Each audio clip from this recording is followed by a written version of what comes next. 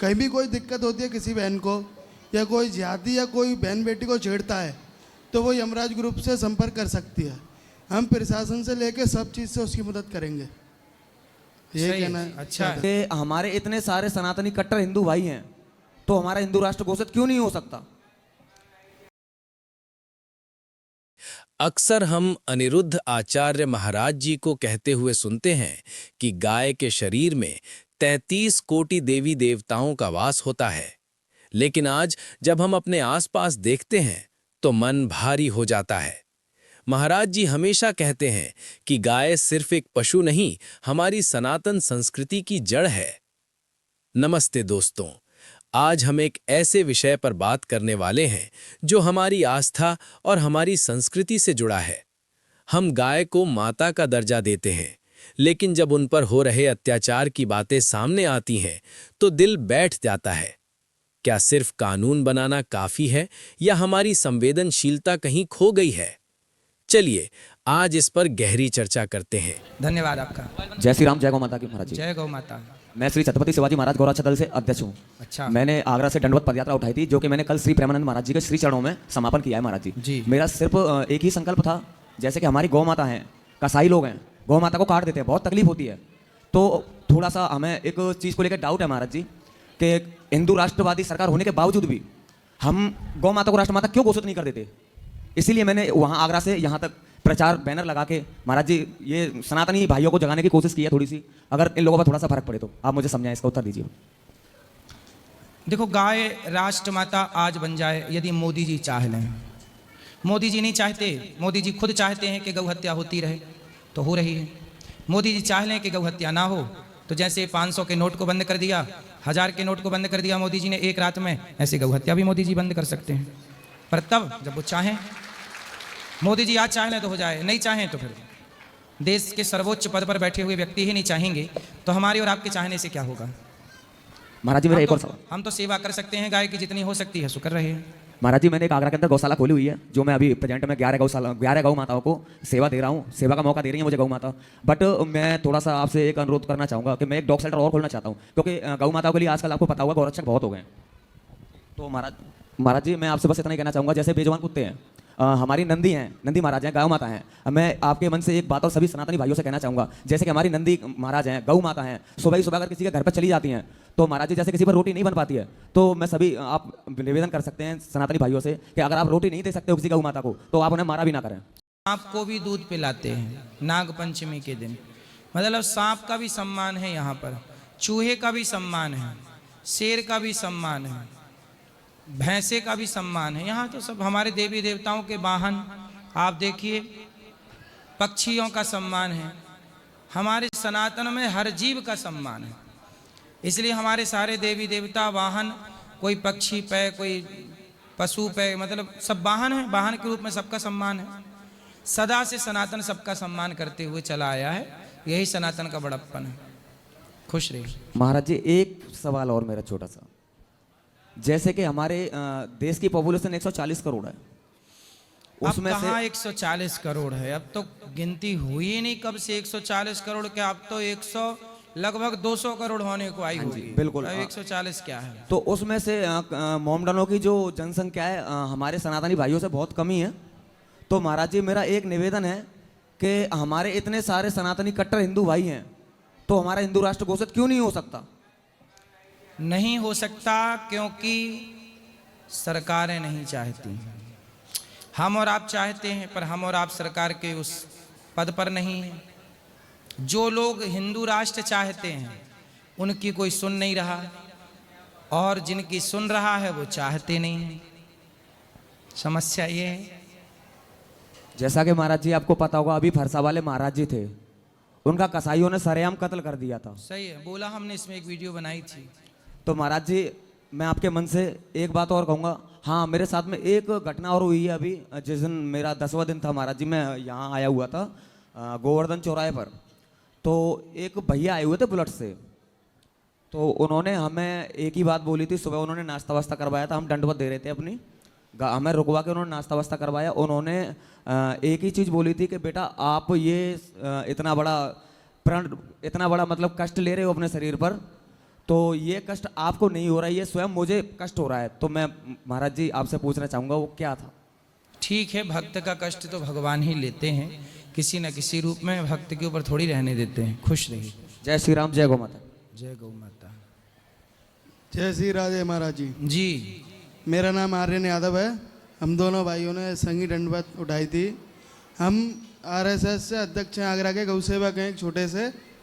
तो मतलब ये लव जिहाद वगैरह होता है बहन बेटियों के साथ में, इसमें एक हमने छोटा सा संगठन बनाया है, यमराज ग्रुप आज़ाद, आगरा में। कहीं भी मतलब आगरा से बाहर एलिटेड कहीं भी कोई दिक्कत होती है किसी बहन को, या कोई जिहादी या कोई बहन बेटी को छेड़ता है, तो वो यमराज ग्रुप से संपर्क कर सकती है।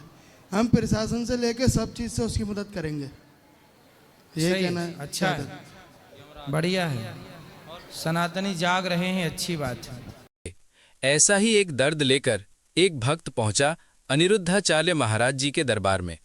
उसने भरी आंखों से पूछा, गुरुजी, मेरी पत्नी लड़ने में सबसे आगे रहती है, वो मेरी माँ का सम्मान नहीं करती, हर बात पर कलेश होता है, मैं क्या करूं? क्या मैं ये रिश्ता तोड़ दूं या घुट घुट कर जीऊं? महाराज जी ने जो उत्तर दिया वो सिर्फ उस पति के लिए नहीं था, बल्कि आज के इस आधुनिक समाज की हर उस बहू और बेटे के लिए है जो परिवार की अहमियत भूलते जा रहे हैं। महाराज जी ने बड़े ही प्यारे अंदाज में समझाया कि घर में शांति कैसे लाई जाती है और एक पत्नी का धर्म क्या होता है। आज के इस विशेष वीडियो में हम महाराज जी के उसी प्रवचन की गहराई में जाएंगे। हम बात करेंगे उन प्रैक्टिकल टिप्स की जो महाराज जी ने दी हैं। ये मेरी पत्नी आई हुई है और अभी काउंटर भी खरीदे हैं। यहाँ तो इसको नहीं खाना बनाना पड़ता है, गौरी गोपाल आश्रम में खाना होता है, नहीं कुछ चीज़ का टेंशन। ये इसके भी हाथ में काउंटर है, मेरे भी हाथ में काउंटर है। हमने 15,000 से ऊपर राधा नाम जप किया, ये 5,000 जप किया। लड़ाई करने में आगे, नाम जप करने में पीछे। अच्छा, लड़ाई करने में आगे हैं। जी कोई बात नहीं, बेचारी 5,000 तो जपी, जी जितना जपी अच्छा है, ना जपने से तो अच्छा। जो 5,000 भी नहीं जप रही हैं उनसे तो अच्छी हैं। जी इसलिए हर हाल में प्रसन्न रहा करो। ये सोच के क्यों दुखी हो रहे हो कि 5,000 ही जपी? ये सोचो कि लोग तो 5 नाम भी नहीं जप रहे हैं। जी पॉजिटिव रहो सदा, हर हाल में खुश। लेकिन मेरा मन भटकता आप है। जपो, आप जपो ज़्यादा नाम जी। और पैसे ज़्यादा कमाओ, मेहनत ज़्यादा करो। बोलो। लेकिन मेरा मन बहुत भटकता है। अच्छे बुरे जो भी मन में आता है वो तुरंत होना चाहिए, लेट नहीं, तुरंत। फिर मन को कैसे समझाते हो? कुछ नहीं समझता ही नहीं है, तुरंत होना चाहिए। तो फिर आ जाता है तुरंत, तुरंत होना ही चाहिए। फिर आता है तुरंत। जैसे अब मन कहीं चला जाए, अब जैसे आपका, जैसे रावण का मन सीता मैया में चला गया, तो वो तुरंत तो आपका भी मन जाता है किसी में, चले जाता है। तो तुरंत फिर चले जाते हो उसके घर में। जी अरे नहीं, घर में नहीं, यानी कि समझा नहीं पाते हैं मन को, कैसे समझाएंगे। तो फिर आपका मन तो आपको चरित्रहीन बना देगा, व्यभिचारी बना देगा। इसीलिए तो यहाँ आए हैं आपके शरण में। ऐसा मन किस काम का जो आपको व्यभिचारी बना दे? इसलिए कहते हैं मन पे कंट्रोल। जिसके मन पे कंट्रोल नहीं है वो यूं समझो कि जानवर की जिंदगी है। जी आपने अपने आप पे कंट्रोल नहीं किया तो आपका जीवन कुत्तों जैसा है।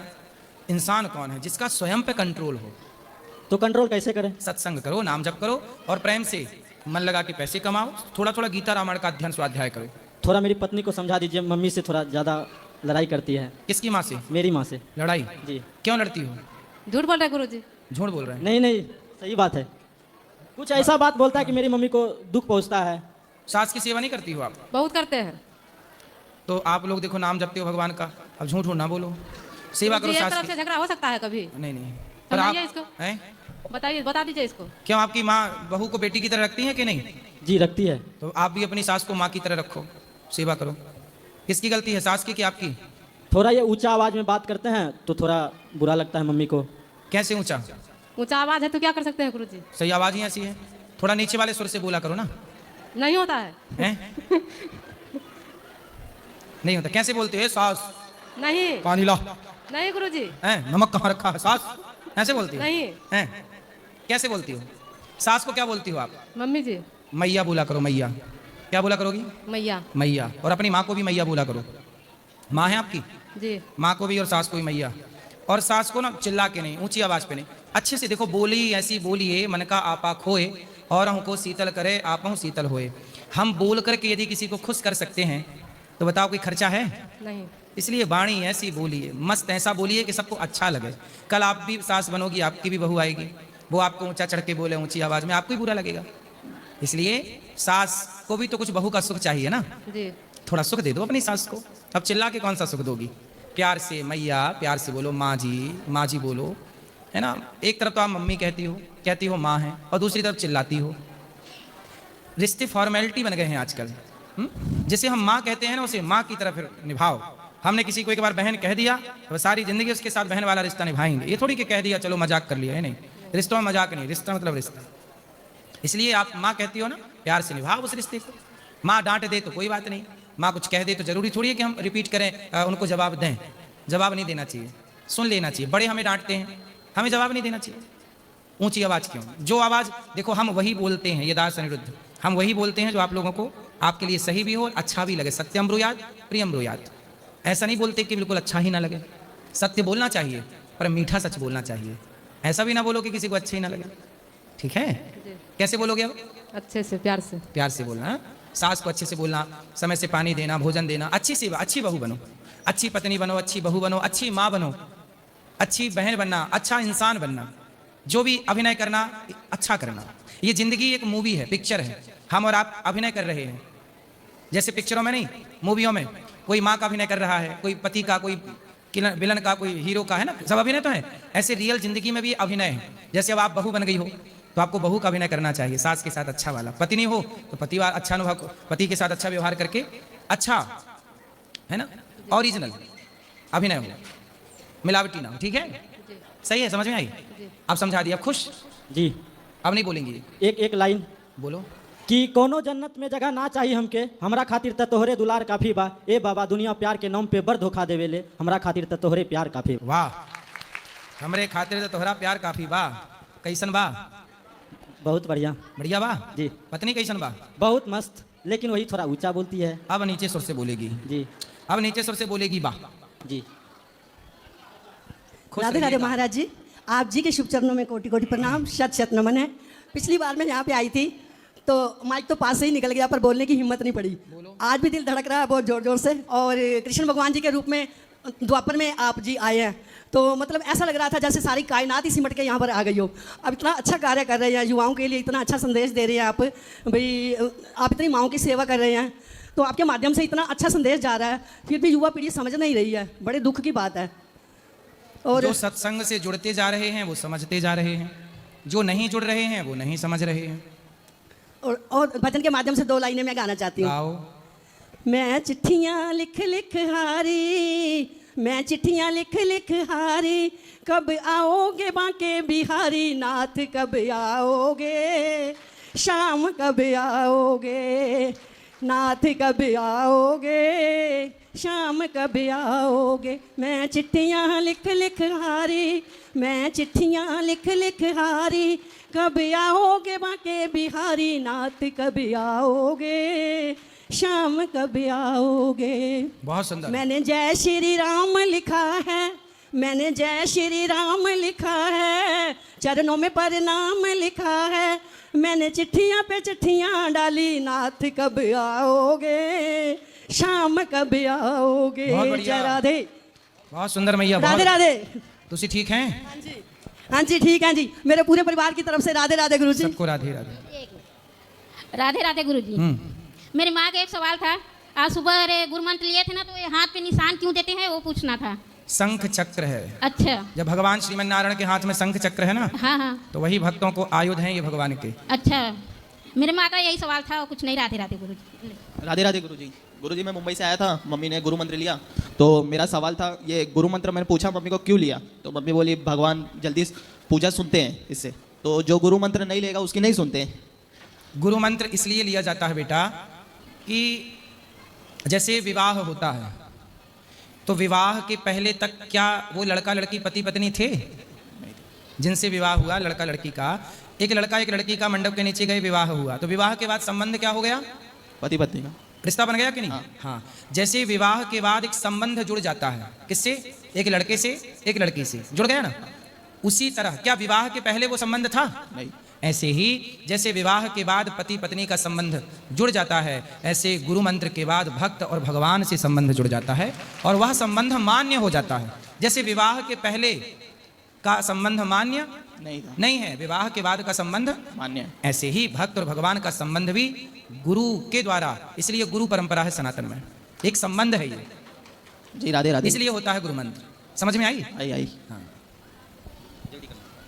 राधे राधे गुरुजी। जी आपके शुभ चरणों में हमारा कोटि कोटि प्रणाम। खुश रहिए। हम जलंधर पंजाब से आए हैं आपके दर्शन के लिए। बताओ। हमने आपके पहले भी दर्शन किए हुए हैं, पहले भी आए थे हम। जी, और बताओ सवाल क्या है आपका? हम आपको चुनरी चढ़ाना चाहते हैं। अच्छा, दे दो। महाराज जी राधे राधे। जी, हम पंजाब से आए हैं, जलंधर से। जी मैया। महाराज जी मैं 8-10 साल से आपको सुन रहे हैं, मुझे बहुत अच्छा लगता है, इतना आनंद आता है ना मैं आपको बता नहीं सकती। सही महाराज है। जी हम दुपट्टा लेके आपको दुपट्टा कराना चाहते हैं। हैं? दुपट्टा कराना चाहते हैं। हाँ मैया, पहना देना।